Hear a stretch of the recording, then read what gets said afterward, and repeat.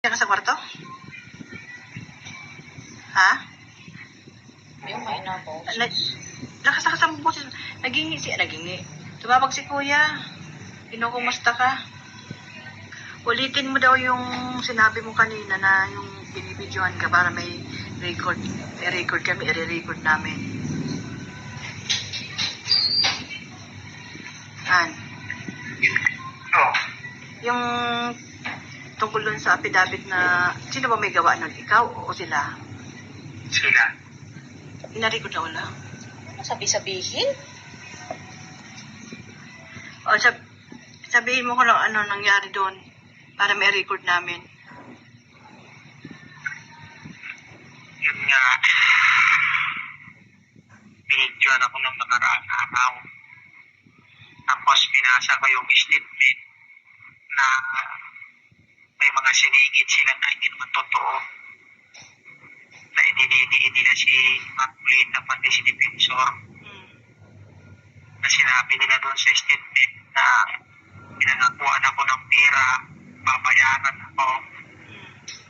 At sinabi pa doon na hindi kasi wala akong alam doon sa delivery doon sa bahay ni Romualdez.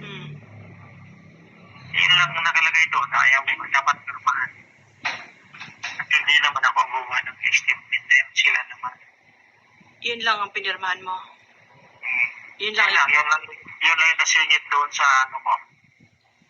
Saan ba yan? Sa pinakahuli? Hindi, nasa ano yun. Parang Gitna? 9 sa 12 yung kita ko doon. Tapos may upang 24 number. Ba't ang haba naman? Sila gumawa eh. Pero yung affidavit mo nung una, nandun pa yon. Wala yun. Ibang Bago. version yun. Bago na yung Ay, ginawa. may ginawang panibagong affidavit para basahin mo. No, pinangako naman sa'yo nung una, nung pinirmahan mo, hindi na ilalabas yun. Sabi nila, hindi lalabas. Bakit ka pa nila pinabasa? Anong sense nun? Hindi ko alam kung ano. Idadalhin daw sa korte para mawala na yung kaso ko. Yun yung sabi. Nung ayaw mong basahin, anong ginagawa nila sa'yo? Pinipilit akong basahin ko eh. Kaya wala ko magawa.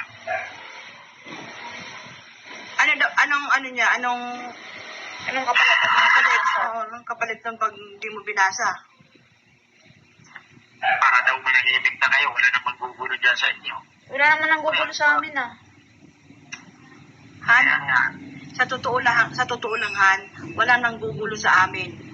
Sila lang ang nanggugulo sa amin.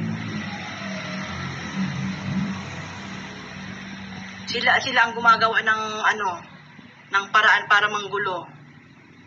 Sila nananakot sa amin eh. kaya sabi ko sa iyo pag nakaraan, gusto ko nang gulong-gulo na yung utak ko eh. Hindi na ako makatulog-tulog. Mag-ano ka muna, bago ka matulog, minom ka muna ng marigang na tubig.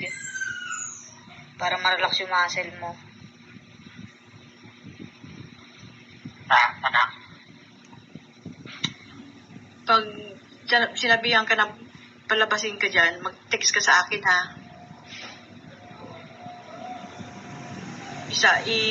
Ano mo agad sa akin, i-text mo agad sa akin. Kung sakali man, pabantayin mo lang sila doon kung may hearing ng korte, pabantayin mo na lang sila sa city.